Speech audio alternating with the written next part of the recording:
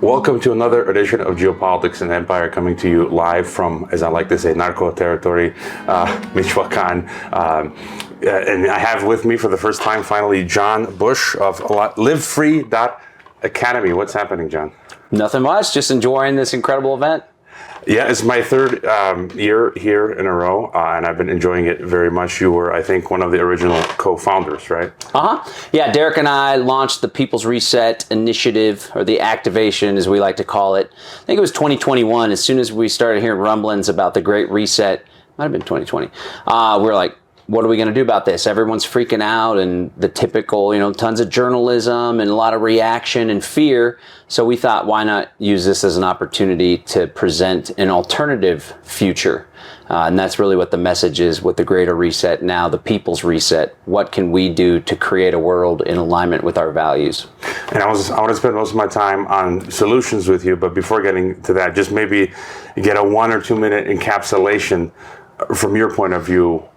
What are we facing in the in the world, the threat, world government, what you guys have been talking about today, Aaron Day, so many great speakers on the digital dictatorship and so forth. Okay. Yeah, so when I came into the fray back in 2002, this whole New World Order thing, we spoke about it as like, it's something that's coming. We got to wake up so we can stop it. It's coming in the future. But then, of course, after the COVID pandemic, everything dramatically accelerated. And so you mentioned digital authoritarianism. I think that's the key thing to focus on. There's traditional tyranny like the police state, the surveillance state, trouble with licensing and taxation, which is theft, of course. But I believe the real worry and the agenda that continues to advance regardless of what party is in power in the U.S. and abroad, whether it's the leftists or the conservatives or whatever it may be, the technocracy continues to advance, rule by scientific dictatorship. And lately I've been pointing to the 4 horsemen of technocracy, these 4 key technologies that will create this technocratic control grid. So there's central bank digital currencies, which, contrary to this Trump executive order, that agenda is not slowing down. Digital ID, which is being implemented all across the globe and not slowing down with Trump either. Social credit scores, which is already a thing, especially on social media. And then the vaccine passport, which that's more like a tool to control people's freedom of movement. It's just that vaccine status was the first iteration. It likely will also be used to control people's movement based on how much carbon they've put into the atmosphere. So those 4 pieces of technology, the technocratic agenda, total surveillance, panopticon society, is what I am most concerned with. Yeah, and I had veteran, for me, legendary Mexican journalist here last night to record in Spanish, his perspective. And it seems to be that all of us agree that this is the number one threat. There's talk of Third World War, this and that, but I think it's in every nation. You can escape war in the Middle East or Europe or South, China Sea, but we can't escape this. And, I got the news today that Dr. Francis Boyle passed away, I think yesterday, January 30th, 5 years to the day that I did the interview with him, January 30th, that I published the interview, January 30th of 2020, where I was the first to get his opinion, him being the author of the Bioweapons Act legislation on COVID-19-84, and he discussed, the corruption of the CDC, the WHO, the labs. No, I don't think it was some accidental lab leak. This was planned, and the goal was to implement this technocracy. And I asked him about this being used as a pretext to implement police state, and he said yes, they tried using the pretense of anthrax attacks in 2001 to implement the police state, and same thing with COVID. So sadly, he's gone. And turning to solutions, for my listeners in Mexico, I became a tumista, so now I take tumin. So if anyone meets me in the future ever here in Mexico, you can donate by giving me some tumin. I got my tumin starter pack, and so your website is livefree.academy. For the past couple of days, we've been talking about solutions. Some of the first things that I think about is having an alternative way to finance yourself, getting off grid, farms, networks. So what are some ideas, ways that we can sort of bat down the hatches in preparation for Technocracy? Okay. Well, at Live Free Academy and a lot of the work that we do in our little sphere, which has a lot of overlap with what Derek's doing, similar strategy, exit and build. Exit these beast systems, build new systems. But what I came to find is that, we really focus on two areas with Live Free Academy. We also started a Ministry of Nature recently that also focuses on the latter area. But we focus on building the counter economy. So that's creating alternative means of trade and commerce, alternative currencies, entrepreneurship, alternative investments. And that's one piece. And then the other piece is land and community. So it's a lot of what we're worried about with technocracy can be in large part avoided by living in a rural community. I was born and raised in Austin, Texas, which is a metropolitan area of like 1.2 million. And we just a few years ago moved to Bastrop, which is just east of there. We got a 10-acre homestead.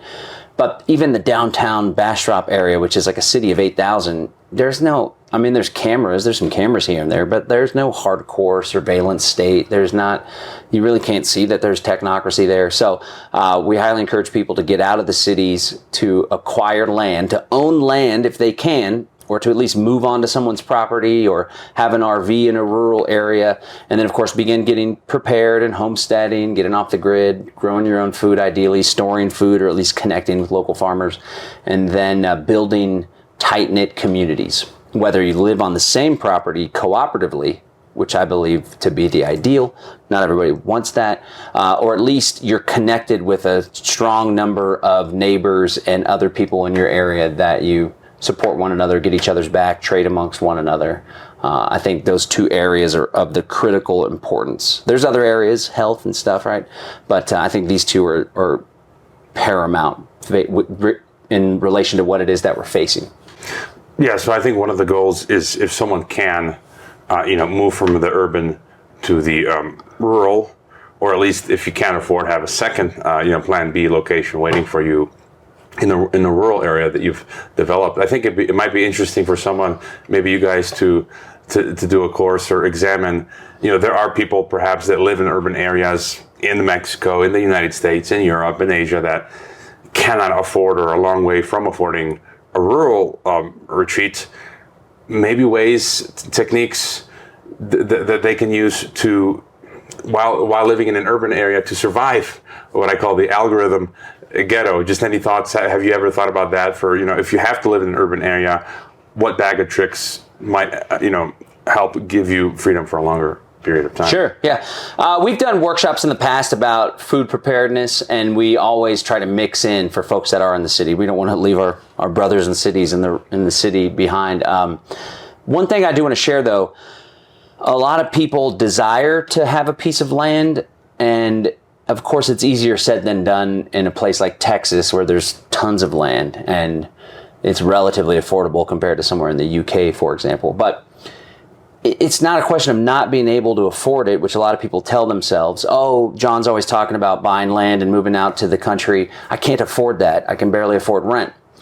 So the idea is to flip the script and not say I can't afford it, but if it's something that you really desire, start to ask, how can I afford it? What types of financial activity can I engage in? Can I start a side hustle, a business? Do I need to provide more value to my employer and seek a raise? If I can't get one and I have a glass ceiling with my income, do I need to find another job? Maybe one that's commission based, so there's an unlimited amount of money I can pull in. But a lot of what we do at Live Free Academy has to do with mindset. And so just to start, I would say if somebody genuinely desires to be in the country because they think they can find greater freedom, grow their own food, have a more ideal life, the only one stopping them from doing so is themselves and their own limiting beliefs. And even if a place has expensive land, I get it. Like the UK, I was just talking to Dan Hester and Gregory about that. Then you just go in with a collection of people, and that brings the cost down because you're splitting it amongst yourselves.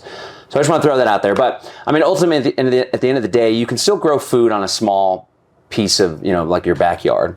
You can grow food on the porch of an apartment. But even with our 10-acre homestead, we're nowhere even near growing 5% of our own food. Most of the food comes from chickens. And And so you can't really do chickens in an apartment or in a small piece of land or a backyard neighborhood if you have neighbors or a homeowners association. But you can do quail. You just got quail. Quails produce a ton of eggs. They're super high protein, and they very quickly go from egg to big enough to get meat from.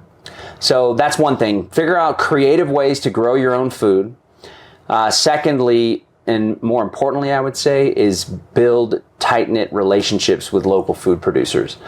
And one thing because I always think strategically multiple steps down the road. And so it's one thing to build a relationship with the food producer at the farmer's market or the local rancher, and you're just buying from them. But imagine if crap hits the fan, every single one of their customers is all of a sudden going to become their best friend. So what I encourage people to do is to build shared value based on shared values and really focus in on reciprocity. So do whatever you can to support that farmer. If it's a bad growing season, maybe you're there to support them financially. Go volunteer, go tell people about them and bring people to them. That way you kind of picture the scenario where crap does hit the fan. What can you do to be at the front of the line? And the number one thing you could do is have a meaningful, valuable relationship with them where you're not just changing money for food, you're bringing other things to the table for them. So yeah, we definitely don't want to neglect our brothers and sisters in the city. One more thing I'll add is I believe people are more vulnerable in the city when it comes to tyranny and technocracy, crime too. But one way to overcome that is through strength in numbers. And that's actually the principle that, I came up with this freedom cell idea with many years ago. It was all about we're more powerful when we have a crew of people with us that are opting out together or standing up to a crooked cop saying, hey, leave our friend alone. There's 12 people, right? If you're alone, you're more of a sitting duck. So for people in the city, it's actually easier if you're in the city because there's more people.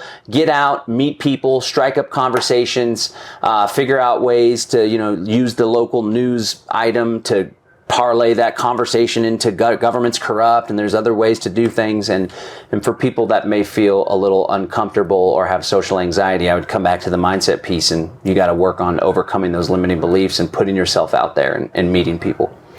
A number of points here, Crow of Nevermore Media, Anton, who's here, and his fiance now, she's from, I think from some villages in Michoacan or some other part, where they stood up to the cartels. It was a grandmother that went alone to face them, and then a whole bunch of people came to back her in that example you gave of a policeman, and they won. They kicked them out. So that's an example of how numbers could be used. Chickens, I know in my gated community in Mexico where I live, which is urban, I had neighbors that owned chickens, and there were no problems. We didn't have the same issues as the homeowners associations in the U.S. So they had chickens in the urban area, no problem. And I would also just add to what you were talking about previously, when it comes to land, leveraging family networks, whether it's your own family, extended family, or if you have a spouse and their family, parents, aunts, uncles, who have homes, lands, that sort of stuff. I'm able to tap into that sort of thing around the world. And so, as you say, where there's a will, there's a way. Yeah. And I think for a lot of us as well in alternative media and the consumers of alternative media, as you say, we do have to get more entrepreneurial. I'm starting to get into that phase now. I've been reading Dan Martell, Buy Back Your Time. And I think sometimes people poo-poo this idea of making more money, but it's like, you need it. You need it to fight back, as you say, counter economics, to fight back against the globalists. They have endless resources. What about the information space? It's also important, the information space, informing ourselves, informing others. How do you sort of see where we're at when it comes to podcasting, independent media, and all that? Funny thing, at first I pushed back on this concept of the mainstream alternative media. You know what I'm talking about, right? Yeah. Some people call it, that's David Icke, mainstream alternative media. Amazing Polly calls it new narrative network. Sure. And at first I was like, because me and Derek kind of have this tension where he's more skeptical and more like the fifth generation warfare is happening, and they're co-opting our freedom movement. And I was like, I don't know that our freedom movement is powerful enough to warrant them coming and putting a whole psychological operation into this alternative space, speaking broadly. But more and more lately, especially with what happened with Trump, I think that he's right. And the analysts that are pointing out, there's all these podcasters that are pushing similar messages and pushing. It was like everyone started being skeptical and distrustful of government and started seeking alternative solutions. And then cryptocurrency is a great example of outside the system solution, where we're just not waiting for reform. We're going to go ahead and do something on our own and take responsibility for fixing this problem with fiat money. And then that sentiment just got pushed right back into government and being all excited and favorable with Trump. I've even noticed a pattern of Joe Rogan multiple times. He says stuff like, this is, I think, when Mark Andreessen was on the show, and he's like, I say this halfway joking, but not really. It seems like it would almost be better if government was artificial intelligence. It's just gotten so bad with people being corrupt. And I heard him say that 2 or 3 more times in other contexts. And I was like, wait a second. Are they priming this out there? I don't know if they are or not, but I guess to answer your question, I would just encourage people to remain skeptical. And, at the end of the day, I think that we should be producing and creating more than consuming. So I know as a content producer, I don't want to run your audience off, but I would encourage people to find like just a small handful of outlets that you trust and go deep on them, as opposed to just having this onslaught of information where this guy says this guy says something contrary to that. I'm so overwhelmed and I'm like, now I'm feeling afraid and anxious. I would say like just pick a handful of outlets. Yours, Last American Vagabond, I'm a big fan of. Of course, I love Derek's work. And then just go deep on that stuff and spend the rest of your time creating, because at the end of the day, that's why I'm so excited that a huge number of journalists and new independent media are now focused on solutions also. It's like, let's report on the problem, but let's also work in what the solution is. At the end of the day, let's understand what's happening, but the most important reason to understand what's happening is in the context of analyzing where things are going so we can develop our own proactive strategy for opting out and navigating around it. So that's what I would say on that. Yeah, and that's why I tell my listeners, particularly my paid subscribers, many of which are retired folks, and they don't follow my Telegram feed or my X feed, where I'm aggregating the news daily and weekly. And so I produce every week. I publish a collection of the best news headlines and my commentary on it, so they can just sit down, read it for 10, 20, 30 minutes. They have the snapshot, what happened throughout the week, and now go about their business, and so forth. And what you mentioned about Rogan, I had that same feeling, and specifically because in March of 2020, I was a guest on Spiro Skouras' channel. I don't know if you remember him. He was deplatformed twice. He had a big channel, and he asked me to come on after my Francis Boyle interview and get my opinion on COVID-19. And I had been reading Nick Bostrom, this crazy mad scientist, and his paper where he was talking about algocracy, rule by algorithm, creating a world government surveillance state, getting rid of politicians and having AI. And I said in that interview to Spiro, March 2020, I said, it's about bringing in global algocracy. And here we have Joe Rogan 4 or 5 years later saying, hey, we need to bring in algocracy. And so that's precisely what they're doing. When it comes to solutions, we talked about land, food, some financial aspects. The community, I think, is one of the biggest. Sometimes people want to expatriate to maybe talk about that for a second, geography and jurisdiction. Sometimes people want to come down to Latin America. Derek said it well the other day. It's not for everyone to come to Mexico. Sometimes I've had people consult with me or ask me about leaving Canada, going to Russia or something, and sometimes I say, it might be better to actually stay where you are in the U.S. Maybe pick another state. It's probably better to stay where you are in your farm in Canada than go to Russia. Can you learn Russian? Do you have any Slavic connections? And so just any thoughts about expatriation? Sure. Well, I think one of the most important things above political jurisdiction is the network that you have in a given area. So if you're all alone and isolated and you live under a relatively authoritarian regime, then it might be a good idea to beat it. That being said, anyone can build a community, you know? You could even be so charismatic that you convert people over to the cause of freedom and they change their political philosophy. But I do think it plays a big role in where it is that you live. The quality of life, the freedom that you experience, the lack of anxiety that you experience financially, personally, and when it comes to navigating around this crazy nonsense. And that was totally revealed, especially during COVID. Places like Australia, compared to, what was it, Sweden, that was super liberal in the good sense with that. Even in the United States, a country, I used to say that federalism, you know, states' rights in different states, the 10th Amendment, which prevents the federal government from implementing rules that aren't expressly, or it leaves the things not in the Constitution to the states. I used to think it was hodgepodge because we used to do a lot of 10th Amendment activism. But then with COVID, it really revealed, like, wow, there's a huge difference between Texas and Florida and New York, Massachusetts, California, right? So it matters where you live, and I think it's really important. It's all about balance, and everyone has different values, though. So, obviously, if you have an elderly parent, or you have children, or you're deeply rooted in a community, it's a lot harder to leave. So, I would say for folks that aren't deeply rooted already, they're not leaving family behind, and you live in an authoritarian regime or relatively authoritarian regime, I would encourage people to pack up and try to seek greener pastures. If you are rooted and you have a quality of life and connections, and you know you go back a long time, or you have family, my cousins are there, or whatever, then I would say to hunker down. One thing I'm going to talk about in my speech tomorrow is I never really prepare for my speech until I'm at the event because I'm soaking up like what do I think I could offer to the audience.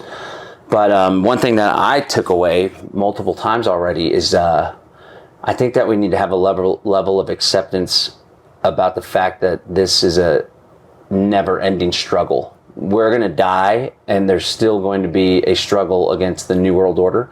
Our children and our grandchildren are going to inherit this. And if we can just accept that, and in fact, you know, maybe be grateful that we get to take part in the animating contest of freedom. All of us have woken up for a reason. And I believe if you've woken up and you care about humanity, if you have any inkling of compassion for humanity, or even if you're just selfish and you don't want to be enslaved, then you have a duty, a moral obligation to take action on solutions, or at least spreading the word. So I think that could help people just be like, this is what I'm facing. Let me try to have as much of a positive impact in the current space that I am right now. That being said, again, there's some regimes that are going to crack the whip hardcore. Central bank digital currencies are already implemented in some jurisdictions. Some people are getting arrested for free speech. Our brothers and sisters in the UK that are here experienced that with some of their friends and family. So political jurisdiction makes a big difference. And I would say Mexico is a great place. It's not as dangerous as everyone says. And I know that there's locals, and there's a woman that lives in Sinaloa on the border. That's on the border, right? I'm not sure. Okay, all right. Well, I know that there's some areas where there's hardcore cartel activity, and I personally haven't experienced that. But what I do know is I lived in Acapulco for 6 months, and I've been to Mexico often. My mother's family is from Mexico, and I've never felt unsafe at all. Nothing compared to any other major city or whatever. As long as you play your cards right, you're not being a dork and buying drugs and getting all wasted at a party at 2 a.m. and talking smack. Anyway, I think Mexico's a great place. Love the culture, love the people, love the food. Is very laissez-faire, and I'm also a big fan of Texas, of course. One thing about Mexico, too, tons of community. Tons of expats, tons of freedom people, tons of agorist people as well that are like, get it like we get it. And of course, I think Texas is great because relatively libertarian leaning, more conservative, smaller government, and a ton of firearms, which is very unique in the world now. And I think that's one of the reasons why things haven't completely run roughshod in the United States, is because of the presence of a ton of firearms, which is just like a natural check and balance, even if they never really get used. So yeah, I would encourage people to weigh those values. But if somebody's is alone and they don't have roots, then consider moving to a place like Texas or Mexico. But understand too that the price of liberty is eternal vigilance, and you know, we should be grateful that we get to take part in shaping future. I very much like that insight that you gave, and I'll just add, I like to joke, we are in narco territory, It's true, but it's not. I always talk about it's a paradox where I've been here for over a decade. Yes, I had my home burglarized 3 times when I first came to Mexico, and that's sort of been shaken down by transit police and stuff like that. But, the first time I ever stared down the barrel of a gun was in my hometown of Chicago. So, and just on the previous point, I do have some listeners that I know that are, conspiracy couples, I'll call them. And it's okay if you want to be a digital nomad and travel the world. But there are folks that are just, single folks or couples, and they're just frolicking from place to place. And, what happens if there's another lockdown or the tomato hits the fan? They don't have really a community. And I used to live in the former Soviet Union in Kazakhstan, northern Kazakhstan, and I was part of a local Kazakh church there. And it's semi-authoritarian light government. And even within that context, as you explained, if you have a big enough community, you can still survive difficult times. So again, community is key. Maybe to touch on tech as well. We haven't touched on that as much. You guys talk a lot about crypto. You got the Above Phone, one of my affiliates. I also escaped the Technocracy course from Gabriel Custodiate, one of my other affiliates. And I'm going to work on installing Linux finally this year. Just thoughts on how technology can be used to protect us. Sure. One note on the last thing I just want to add. This whole freedom thing, I think a lot of people lose sight of the importance of the spiritual element. And especially in our conspiracy community, we research and we watch the documentaries and we get all worked up and we believe that the New World Order is everywhere. In fact, we have a confirmation bias. A lot of people have a confirmation bias where they see conspiracy in just about every single thing, whether it's a natural phenomenon or someone trips and stubs their toe. Somehow it's Klaus Schwab's fault. I just want to encourage people to try to find peace and happiness and contentment no matter where they are. One thing that Derek said that really stuck with me a while back, he was like, even in hardcore communist authoritarian China or during the Soviet Union, there was like gulags on the outside of town. There were families that knew people in the gulags. Maybe they just got carted off 2 or 3 days ago to the prison camp, the forced labor camp, and they still sat down, the family still sat down to celebrate a birthday. So in spite of the tyranny and all the treachery in the world, there is still a lot of light, beauty, love, and wonder. And if we focus so heavily on what's going wrong in the world, we'll lose sight of how free we truly are and how blessed we truly are. To be alive right now. And just to add on the note, I posted on my Telegram the panel that I participated in yesterday, and someone said, Derek Bros, he didn't really reveal his 33, his music. I'm like, seriously, can we cut this out? And I was giving an example. Another listener or attendee was, reading too much into things, and not everything is always a conspiracy. And so, I guess one of the last things to ask you about tech, as I said, thoughts on, moving to Linux, crypto, or whatever. Sure. I love that he has a rap name that's a total troll on everybody. Anyway, tech is extremely important, and I would just encourage people to push beyond their discomfort, because a lot of people are overwhelmed with tech, especially older folks that didn't grow up with technology. I had one of my listeners was here buy 2 Above phones, and I don't know if she still hasn't set them up. So that's just an example. So she made a step in the right direction, and it takes time. It takes time. Yeah, so it's important to use this stuff. So Above phone, encrypted chat is important, and I'm a big fan of cryptocurrency, specifically Monero. I think Monero is the #1 tool that we can use in order to continue doing business online as they erect this financial control grid. There's a lot of vendors. There's XMRBazaar.com or .net, XMR Bazaar, that has a ton of listings. There's even food and stuff. So I always just encourage people to set up a Cake wallet.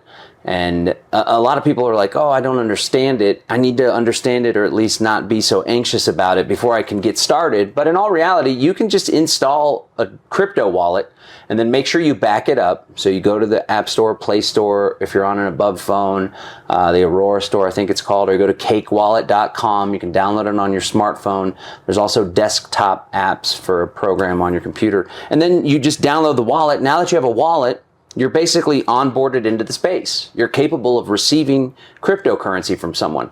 And then all you got to do is back up your seed phrase. So it's either 12, 18, or 24 words. You write it down on a piece of paper in pen, put it in like a plastic baggie, at the very least, hide it, and this is how you recover your wallet. So it's clear that technology is being used on the one hand to enslave, to surveil, to control, but that doesn't mean technology is bad.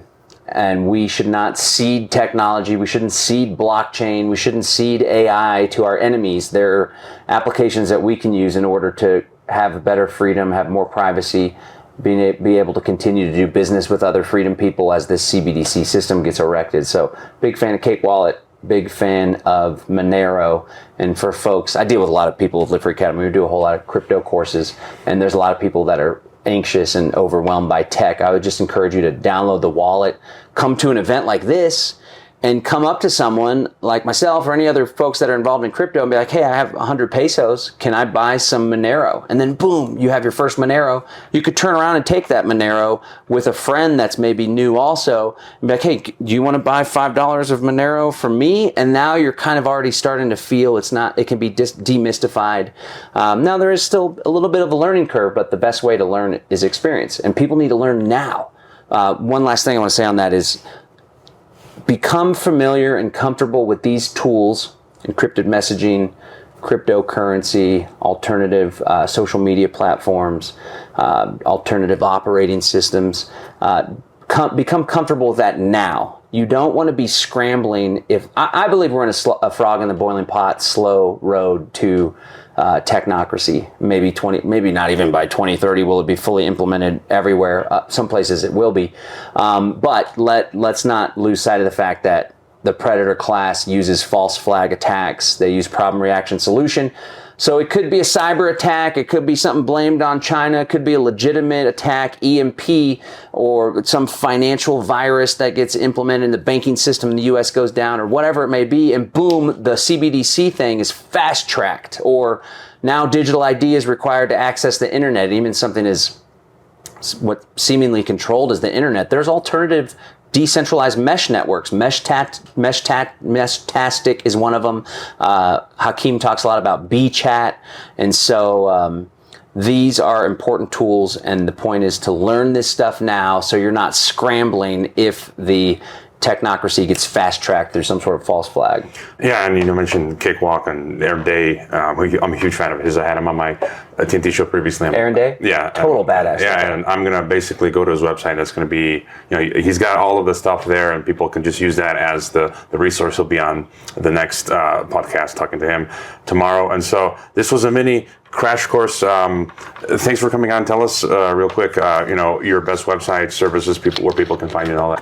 Yeah, people can go to livefree.academy/newsletter. livefree.academy/newsletter. We do a free daily email newsletter sharing stories, tips. That's the best way to get onboarded with all the stuff we do. We often do free webinars, free summits. There's one that we have coming up called the Exit and Build Intentional Community Summit. It'll be virtual, free to attend. The website's livefree.academy/community. So for people that are looking to join a community, maybe they have land, they want to create a community, or they already have a community and they want to grow it, expand it, improve it. It'll be a great event for that, livefree.academy/community. And then to stay in touch with us again, we have a daily email newsletter, livefree.academy/newsletter. All right. Thank you, John. Yeah, thanks. Thanks. Appreciate it.